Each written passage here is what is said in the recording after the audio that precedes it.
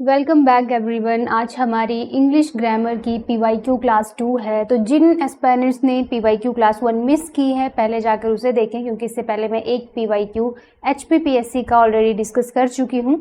आज हम PYQ 2 discuss करेंगे। वही पैटर्न रहेगा, वही टिप्स ट्रिक्स के साथ मैं आपको बताऊँगी कि किस तरह से आपने क्वेश्चन सॉल्व करने हैं और किस तरह से एग्ज़ाम में अपना मार्क्स जो है वो पक्का करना है।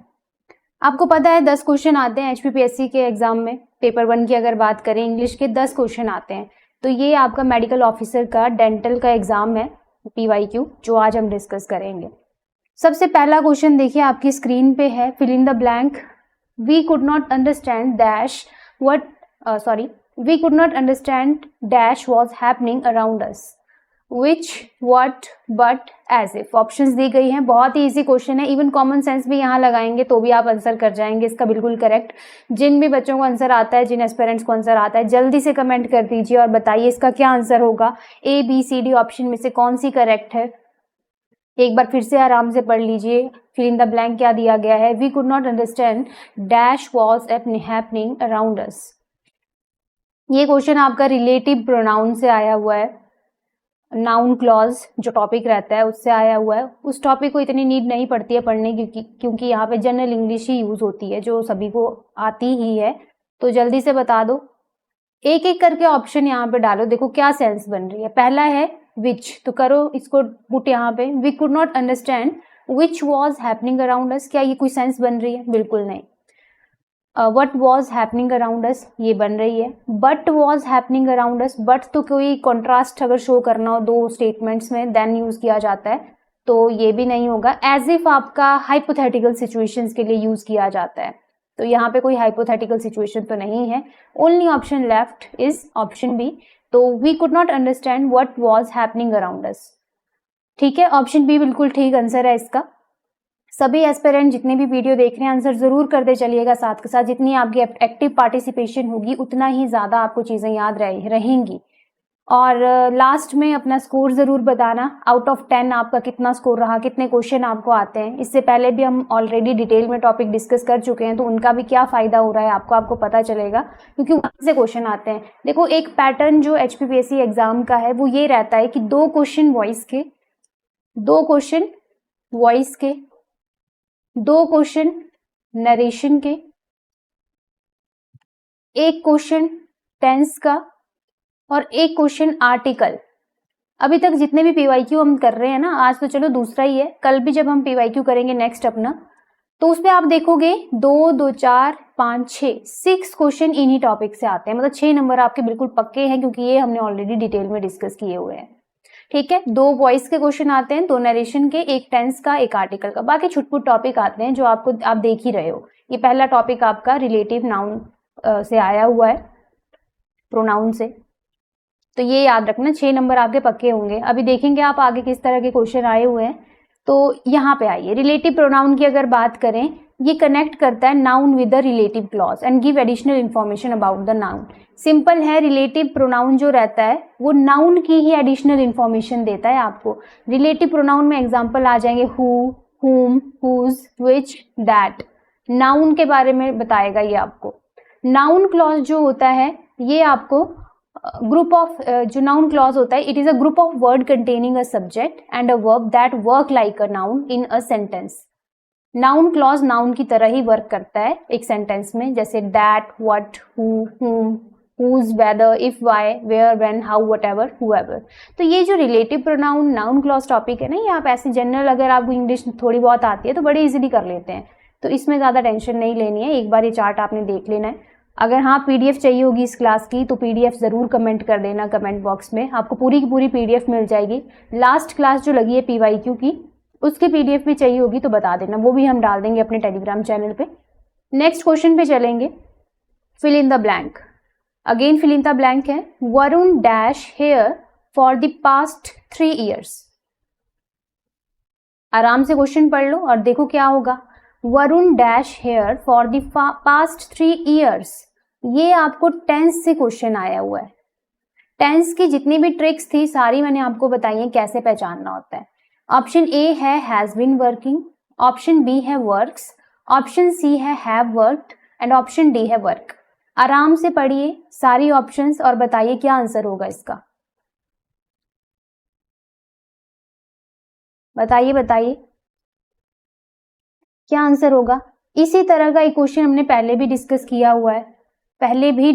हुआ है, ऐसा क्वेश्चन हमने। टेंस अच्छे से पढ़ लेना, क्वेश्चन यहाँ से पक्का आता है। टेंस डिटेल में करवाया गया है, तो जिन भी एस्पिरेंट ने नहीं पढ़ा है जाके प्लेलिस्ट विजिट करें हमारी चैनल की, वहाँ पे आपको HPPSC की प्लेलिस्ट मिल जाएगी। वहाँ पे टेंस के 2 क्लासेस लगी हुई हैं, तो आप अच्छे से उसको पढ़िए, पूरा प्रैक्टिस करिए, फिर आप टेंस के क्वेश्चन देखिए कैसे नहीं होते हैं सॉल्व। अब देखो, आप ध्यान से देखोगे ना, Varun dash here for the past 3 years, मतलब काम की बात हो रही है ना, वर्क की काम हो रही है। वरुण यहाँ काम कर रहा है पिछले 3 साल से, मतलब पास्ट में कोई एक्शन था, वो प्रेजेंट में कंटिन्यू है। और वो कौन सा टेंस होता है, जल्दी से मुझे कमेंट करके बताओ।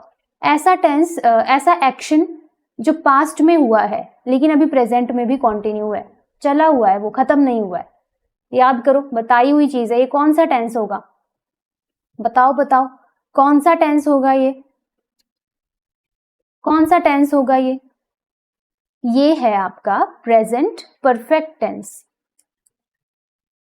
Present perfect continuous, present perfect continuous tense.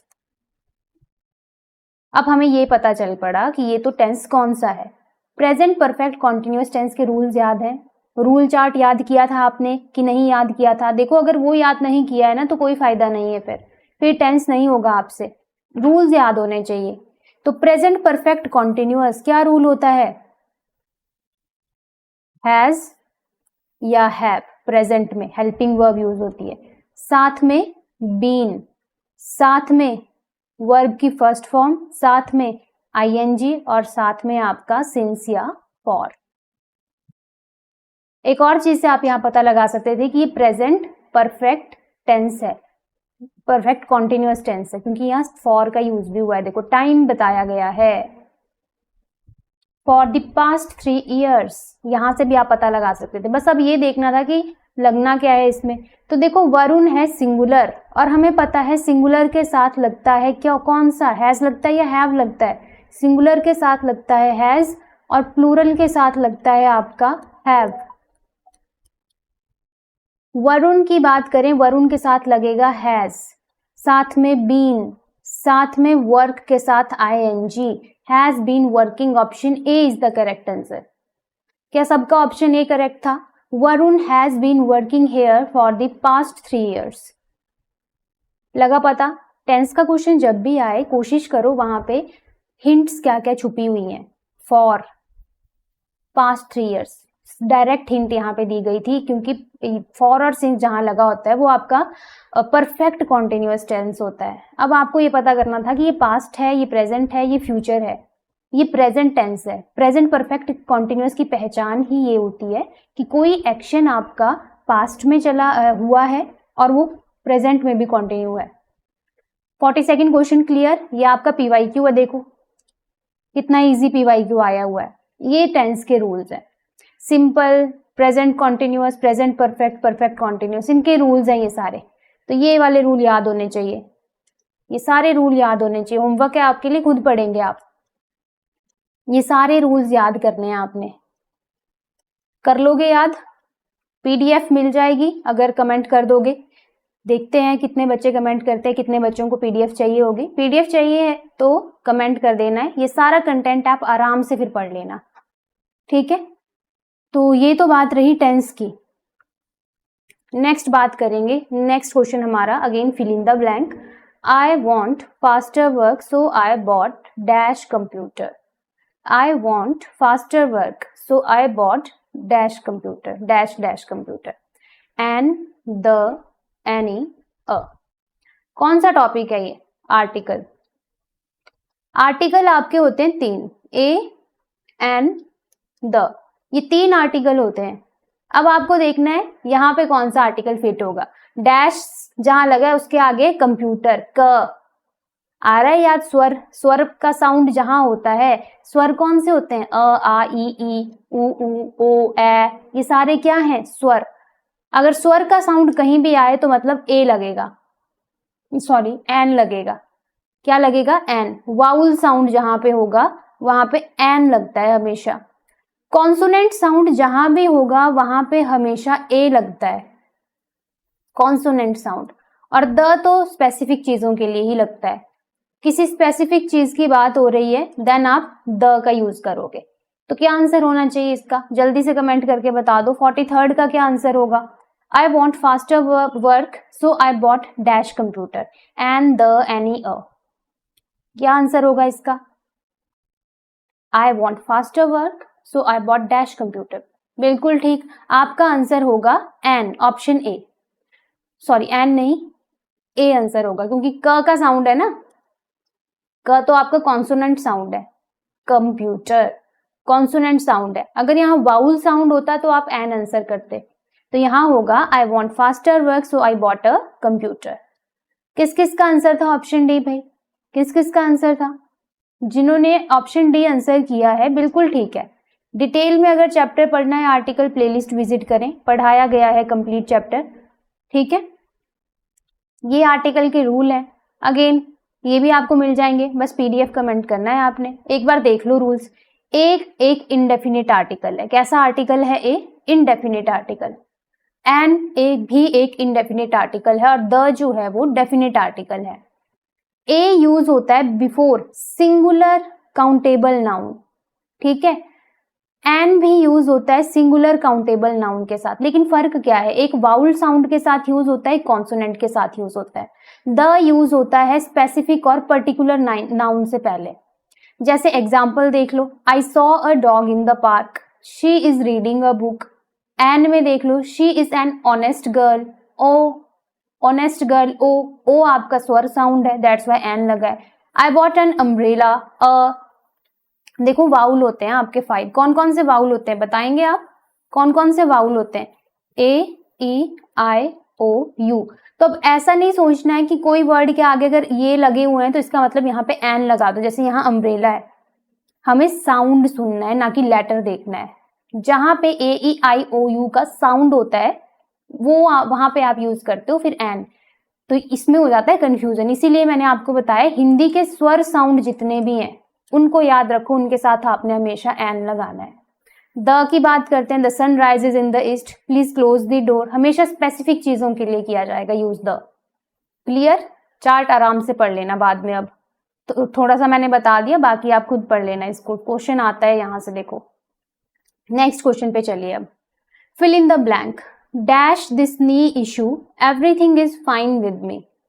Dash this knee issue everything is fine with me, मतलब सब ठीक है सिवाय इस नी के इशू के, घुटनों के इशू के अलावा सारी चीजें फाइन है मेरे अंदर, ऐसा बोल रहा है यहाँ पे, ठीक है। तो क्या क्या आ सकता है ऑप्शन देखो, in the place of, out of, apart from, despite of. बताइए क्या आंसर होगा इसका? प्रेपोजिशनल फ्रेजेस से क्वेश्चन आया हुआ है, ये भी इजी होते हैं। इसमें भी आप बस सेंस बना लो ना, खुद ही आंसर आ जाता है, बहुत डिटेल में पढ़ने की नीड नहीं पड़ती है। तो बताइए क्या आंसर होना चाहिए? In place of this knee issue, ये आंसर होगा, या out of this knee issue, ये आंसर होगा, apart from this knee issue, क्या ये आंसर होगा, या despite of this knee issue? क्या आंसर होना चाहिए 44th का? बताइए बताइए। सभी बच्चे करेंगे कमेंट आंसर, और मार्क्स भी काउंट करते रहना भाई, मार्क्स भी काउंट करने हैं आपने, मार्क्स बताने हैं मुझे लास्ट में, ठीक है।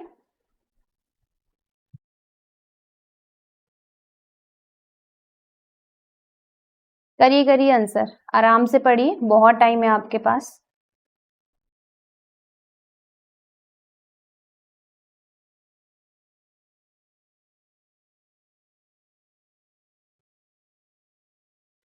चलिए देखो, in place of, in place of तो यूज किया जाता है, जैसे इंस्टेड ऑफ बोलते हैं ना हम, एक ही बात है, इन प्लेस ऑफ बोल लो, इंस्टेड ऑफ बोल लो। तो instead of this knee issue ये तो नहीं होगा। आउट ऑफ यूज किया जाता है जैसे कोई इमोशन आपने बताना, जैसे आउट ऑफ एंगर या आउट ऑफ डेंजर, मोटिव या फ्रैक्शन, कोई फ्रैक्शन भी होती है देखो, आउट ऑफ 10, आउट ऑफ 20 है ना, तो आउट ऑफ भी यहाँ यूज नहीं होगा, इन प्लेस ऑफ भी नहीं यूज होगा। अपार्ट फ्रॉम, किसी चीज के अलावा, एक्सेप्ट, एक्सेप्ट जो टर्म है वो सेम मीनिंग होता है अपार्ट फ्रॉम का भी। तो apart from this knee issue everything is fine with मी, क्या ऑप्शन सी ठीक लग रहा है आपको? और डिस्पाइट ऑफ की अगर बात करूं, डिस्पाइट के साथ ऑफ नहीं लगता है, सिंपल डिस्पाइट होता है, ठीक है, डिस्पाइट के साथ ऑफ नहीं लगता है। तो इसका जो करेक्ट आंसर होगा वो है ऑप्शन सी। किन किन बच्चों का ऑप्शन सी था? Apart from this knee issue everything is fine with me, ठीक है, option C is the correct answer भाई। नेक्स्ट क्वेश्चन देखो, choose the correct indirect form of the given sentence. ये आ गया आपको क्वेश्चन नरेशन से, दो क्वेश्चन है नरेशन में, दूसरा पीवाईक्यू है। पहले पीवाईक्यू में भी दो ही नरेशन के क्वेश्चन थे, एक टेंस का था, एक आर्टिकल का था, दो वॉइस के थे। इसमें भी सेम पैटर्न है, तो हो सकता है आपको भी ऐसा ही हो, आपको भी ऐसा ही आए। तो ये टॉपिक भी आपका अच्छे से पक्का होना चाहिए, जिसका नहीं है अच्छे से पक्का प्लेलिस्ट विजिट करो, पढ़ो, वहां पे नरेशन रूल्स सारी ट्रिक्स बताई गई हैं वहां पे। नरेशन की बात करें, एक चीज हमेशा याद रखनी है, इसमें टेंस चेंज होता है, टेंस चेंज हो जाता है, ये ध्यान रखना है बस। चलो पढ़ो, इनडायरेक्ट फॉर्म में करना है कन्वर्ट आपने। Wait until I make some arrangements my mother said, करो इसकी indirect form change, wait until I make some arrangements my mother said, ठीक है, बताओ क्या होगा?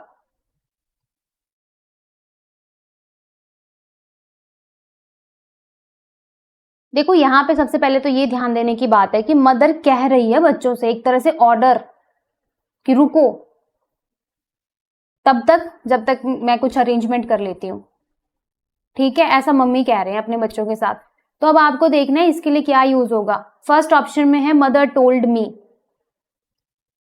बताया मदर ने? नहीं, यहीं पे गलत हो जाता है। The mother says that, sad का से क्यों बन गया, ये ऑप्शन भी गलत हो गई। द मदर आस्क मी हो सकता है। द मदर टोल्ड मी, चलो टोल्ड मी वाले भी देख लेंगे, हम कर लेते हैं इनको भी कंसिडर। पहली ऑप्शन बी तो हमने कर दी कैंसिल आउट, पहला ऑप्शन देखो A option, the mother told me that she would wait until some arrangements are made. अरे मदर को थोड़ी वेट करना है, शी वुड वेट नहीं, मदर ने वेट नहीं करना है, मदर तो बोल रहे हैं कि वेट करो, किसी और को, बच्चों को ही बोल रहे हैं मेनली। थर्ड ऑप्शन है the mother asked me to wait until she made some arrangement, make को इन्होंने मेड में कन्वर्ट किया। प्रेजेंट आपको पता है चेंज होता है पास्ट में, तो ये बिल्कुल ठीक ऑप्शन है, option C is the correct answer. अब देखो फोर्थ ऑप्शन देखोगे ना, शी वुड वेट, अगेन वो क्यों वेट करेंगे भाई, वो तो ऐसा बोल ही नहीं रहे हैं, ठीक है, तो only option C is the correct answer. किस किस का आंसर ऑप्शन सी है भाई? The mother asked me to wait until she made some arrangements, किस किस का आंसर हुआ ठीक? मार्क्स काउंट करते रहना। ये रही आपकी नरेशन के रूल। प्रेजेंट जो सिंपल प्रेजेंट होता है वो सिंपल पास्ट में कन्वर्ट होता है, रूल्स भी पढ़ने हैं आपने, ठीक है। प्रेजेंट कॉन्टिन्यूअस पास्ट कॉन्टिन्यूअस में चेंज होता है, प्रेजेंट परफेक्ट पास्ट परफेक्ट में चेंज होता है, present perfect continuous past perfect continuous में चेंज होता है, पास्ट सिंपल पास्ट परफेक्ट में चेंज होता है, past continuous past perfect continuous में चेंज होता है, पास्ट परफेक्ट आपका पास्ट परफेक्ट में चेंज होता है, मतलब वही रहता है, नो चेंज, इसमें कोई नरेशन नहीं लगती है। Past perfect continuous past perfect continuous, यहाँ पे भी कोई चेंज नहीं होता है। फ्यूचर जो सिंपल फ्यूचर है विल का वुड बन जाता है, विल बी का वुड बी और विल हैव का वुड हैव, और यहाँ पे अगर देखें फ्यूचर परफेक्ट कॉन्टिन्यूअस, यहाँ पे would have been plus ING लग जाता है। आगे दिए गए हैं बहुत सारे एग्जाम्पल, ये जो दूसरा चार्ट है, जैसे he said I am happy, he said that he was happy, देखो टेंस चेंज हुआ, simple past simple present simple past में चेंज हो गया यहाँ पे। दूसरा she said I can help you, can जितने भी मॉडल्स हैं वो सारे कैन कुड शैल शुड और क्या क्या होते हैं, मतलब मॉडल भी चेंज हो जाते हैं अपनी सेकंड फॉर्म में, तो ये भी ठीक है बिल्कुल। She said I can help you, she said that she could help me, he said I write a letter, he said that he wrote a letter। तो ये सारे एग्जाम्पल आपने पढ़ लेने हैं, ठीक है, होमवर्क है आपके लिए, आप खुद पढ़ लेना इनको, थोड़ा आइडिया लग जाता है चीजों का। कहाँ पे देखो, अब यहाँ पे सेज लगा है, इसके ऊपर ध्यान दो, ही सेज, और मैंने आपको बताया था जब हमने नरेशन की थी कि यहाँ पे अगर सेज लिखा हो तो टेंस चेंज नहीं होता है, अदरवाइज तो टेंस चेंज होता है नरेशन में। He says I play cricket, he says that he plays cricket, present का प्रेजेंट ही रहा क्योंकि यहाँ पे से लगा हुआ है, ये भी याद रखना है आपने, ठीक है। तो तो ये पढ़ लेने हैं सारे एग्जाम्पल। जिन्होंने नहीं पढ़ी है नरेशन, प्लेलिस्ट विजिट करके वो पढ़ लें। दूसरा क्वेश्चन नरेशन का देखो, एक आता है इनडायरेक्ट में चेंज करो, दूसरा आता है डायरेक्ट में चेंज करो। तो ये इनका पैट है कि ये आता ही आता है। नेक्स्ट है the observer asked what we had plan for that day. आपको कन्वर्ट करना है डायरेक्ट में, इनडायरेक्ट फॉर्म दे दी गई है। The observer asked what we had plan for that day. तो कौन सा होगा? The observer said, the observer said what do you plan today for observer, या what does he plan for that day, says the observer। तो ये दोनों option तो मुझे बिल्कुल गलत लग रही हैं। चलो आप बताइए, पहले आराम से बताओ। एक तो याद रखना है टेंस यहाँ चेंज होता है, टेंस चेंज होता है। हम जनरली डायरेक्ट से इनडायरेक्ट की तरफ जाते हैं, लेकिन अब आपको इनडायरेक्ट से डायरेक्ट की तरफ जाना है, तो टेंस का खास ध्यान रखना है। यहाँ पे अगर आप देखोगे had planned for that day, कौन सा टेंस है ये? पास्ट। पास्ट में भी कौन सा? परफेक्ट। पास्ट परफेक्ट टेंस में दिया गया है आपको इनडायरेक्ट। ये जो इनडायरेक्ट है ये आपको पास्ट परफेक्ट में दिया गया है।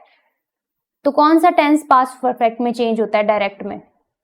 अब इतना सोचना पड़ेगा आपको।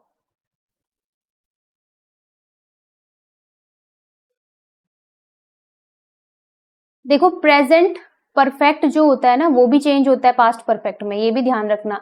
और प्रेजेंट पास्ट कॉन्टिन्यूअस जो होता है वो भी चेंज होता है पास्ट परफेक्ट में। नरेशन का रूल है ना, देखो यहां पे देखना, past continuous, past perfect continuous. ये देखो पास्ट परफेक्ट का पास्ट परफेक्ट रहता है, सॉरी मैंने थोड़ा सा गलत बोल दिया, पास्ट परफेक्ट जो है वो पास्ट परफेक्ट में ही रहता है। और अगर आप प्रेजेंट परफेक्ट देखोगे ये जाता है पास्ट परफेक्ट में। कहाँ गया हमारा क्वेश्चन? अब देखो यहाँ पे क्या होना चाहिए, क्या होना चाहिए यहाँ पे? कौन सा आंसर लग रहा है आपको इसमें करेक्ट?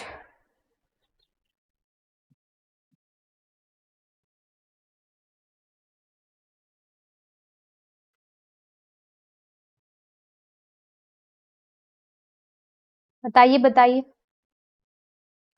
हैड है सेकंड फॉर्म, मतलब प्रेजेंट में बात हो रही है। तो यहाँ पे सिर्फ दो ही ऑप्शन है, एक have you plan for today, what have you plan for today, दूसरा है what were we planning for that day. अब बाकी ये दो ऑप्शन तो मैंने आपको पहले ही कह दिया था कि गलत है। इन दोनों में देखो कौन सी सही है? Option A, what have you plan for today. That day किस में कन्वर्ट होता है? टुडे में, और यहाँ पे दैट डे का दैट डे ही लिखा है, तो ये तो गलत हो गया, कन्वर्ट तो किया ही नहीं। That's why option A is the correct answer. तो observer said what have you plan for today. बताइए 46 क्वेश्चन क्लियर हुआ सभी को?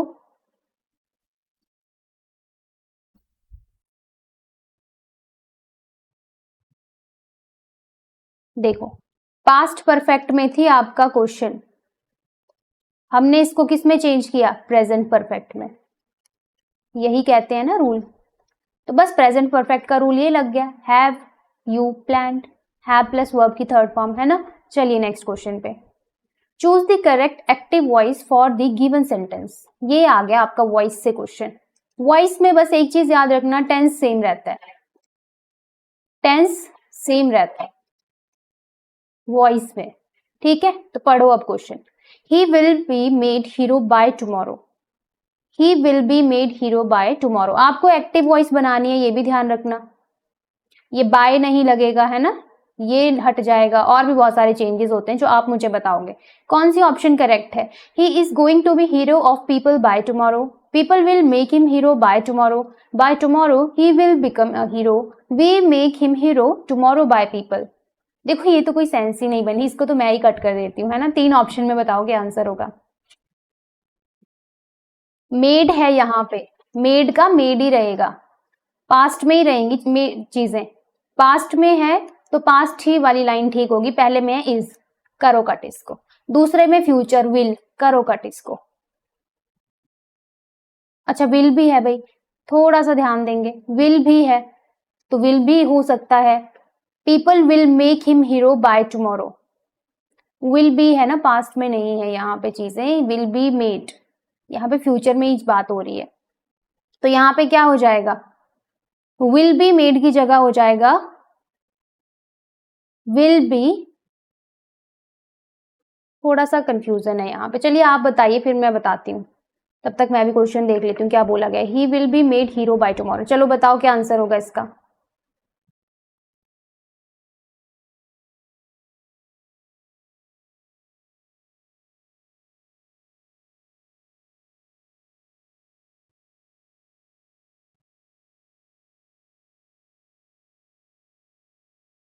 Option B is the correct answer. People will make him hero by tomorrow. By tomorrow तो same रहेगा। People यहाँ पे वो हम ले आए कि कौन बनाएगा उसको, कौन बनाएगा, लोग बनाएंगे ना, तो people will make him hero by tomorrow. Option B is the correct answer. अब सी ऑप्शन क्यों नहीं हुआ? By tomorrow he will become a hero. यहाँ पे मेक का इन्होंने बिकम कर दिया, चेंज थोड़ी करनी है हमें फॉर्म तो चलो चेंज कर भी दी, लेकिन हमें जो वर्ड है इन्होंने तो वही चेंज कर दिया। दैट्स वाई सी ऑप्शन भी नहीं हुआ। Only option left is B, जो कि करेक्ट है। क्लियर? Next question. चलिए क्वेश्चन से पहले रूल भी देख लो एक बार। Active voice passive voice rule. Simple present में वर्ब की फर्स्ट फॉर्म होती है, बेस फॉर्म बोलते हैं जिसको। तो पैसिव वॉइस में क्या हो जाता है? Object plus is am are plus verb की थर्ड फॉर्म। वर्ब की थर्ड फॉर्म पैसिव वॉइस में लगती ही लगती है। ये सारे रूल पढ़ने हैं आपने, याद करने हैं। सिंपल पास्ट में वर्ब की सेकंड फॉर्म लगती है V2, ये कन्वर्ट हो जाता है वॉज वर्ब प्लस V3 में।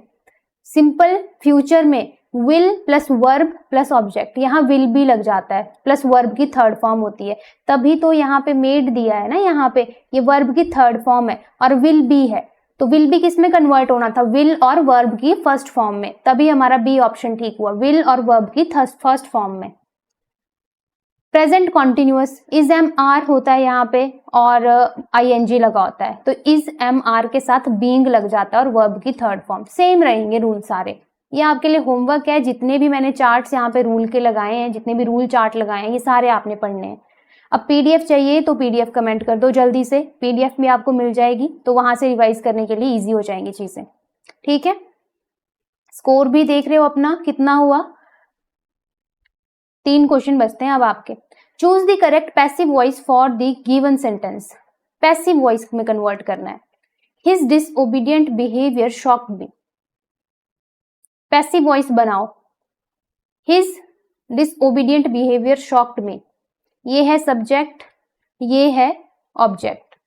वॉइस में क्या होता है? ऑब्जेक्ट पहले आ जाता है, सब्जेक्ट लास्ट में चला जाएगा और वर्ब की थर्ड फॉर्म आ जाएगी साथ में। तो क्या होगा जल्दी से बताओ। यहाँ शॉक्ड है, शॉक्ड ही रहेगा क्योंकि थर्ड फॉर्म शॉक्ड ही होती है। मी की जगह क्या आ जाएगा? मैं अपनी बात कर रही हूं ना, तो आए। चारों ऑप्शन में आए लिखा हुआ है।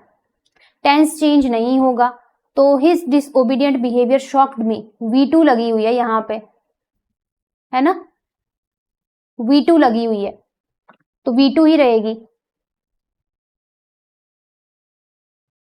बताओ कौन सी ऑप्शन होगी? 48 का आंसर क्या होगा? पास्ट में है तो पास्ट में ही रखना है। आई हैड बीन, भाई इसको परफेक्ट में क्यों ले गए? आई एम प्रेजेंट में क्यों ले गए? आई हैव शॉक्ड, ये भी क्यों? हैव क्यों हो गया यहाँ पे? Only option left. पूरा पढ़ने की नीड ही नहीं पड़ी हमें, स्टेटमेंट पूरी स्टेटमेंट हमने पढ़ी ही नहीं, इतने से ही काम चल गया। I was shocked at his disobedient behaviour. 48 का correct answer is option D. किस किस का आंसर है ऑप्शन डी? जल्दी से बताओ। सबने किया option D. I think voice, tense, narration, article, ये तो बहुत इजी टॉपिक है, इनमें तो कोई गलती नहीं होनी चाहिए। 6 के 6 नंबर लेके आने हैं आपने एग्जाम में यहां से।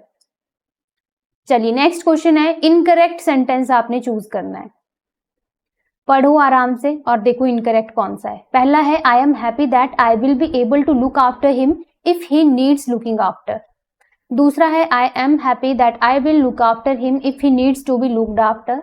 तीसरा है, I am happy to been able to look after him if he needs looking after. Fourth है, I will be happy to be able to look after him if he needs to be look after. साफ दिख रहा है भाई, एक ही option मुझे odd सी लग रही है। आप बताइए आपको कौन सी लग रही है? देखो पहला भी ठीक है, दूसरा भी ठीक है, चौथा भी ठीक है। टू के साथ कभी भी बीन नहीं लगता है। टू के साथ हमेशा वर्ब की फर्स्ट फॉर्म ही लगानी है आपने।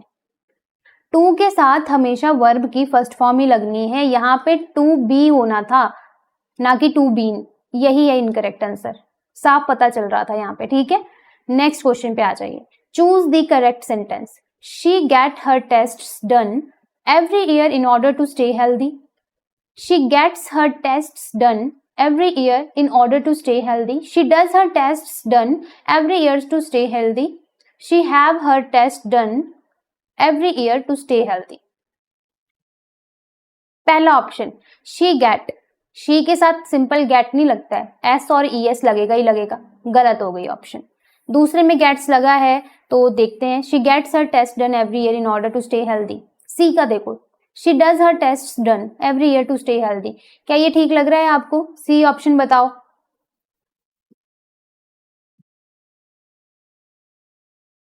यहाँ पे डज नहीं होना था, डज का यूज नहीं किया जाता है ऐसे सेंटेंसेस में. नेक्स्ट है she have her test done. Same goes to this have, ये भी नहीं यूज होता है, हैव भी नहीं यूज होगा यहाँ पे. ठीक है, तो only option left is option B, ये है correct. She gets her tests done every year in order to stay healthy. कितने मार्क्स आए सब बताएंगे जल्दी से. 10 क्वेश्चन आपने कर लिए. मेडिकल ऑफिसर का पेपर था ये, जिसमें डेंटल वाला जो पेपर आया था, अभी लेटेस्ट हुए हैं ये एग्जाम, तो आपको भी ऐसे ही क्वेश्चन आएंगे. अच्छे से पढ़ लेना है. पीडीएफ चाहिए होगी तो कमेंट कर देना है. प्रीवियस क्लासेस नहीं देखी हैं तो प्लेलिस्ट विजिट करें, सारी प्रीवियस क्लासेस आपको वहां मिल जाएंगी पेपर 1 से रिलेटेड. ठीक है, और मार्क्स भी बताना ज़रूर. जो एस्पिरेंट बाद में भी वीडियो देखते हैं वो भी ज़रूर अपने मार्क्स बताएं कि कितने स्कोर उन्होंने दिया है इस पेपर में, और प्रैक्टिस करते रहें. ठीक है, चलिए फिर आज की क्लास में हम इतना ही करेंगे. मिलेंगे अपनी नेक्स्ट क्लास में. धन्यवाद.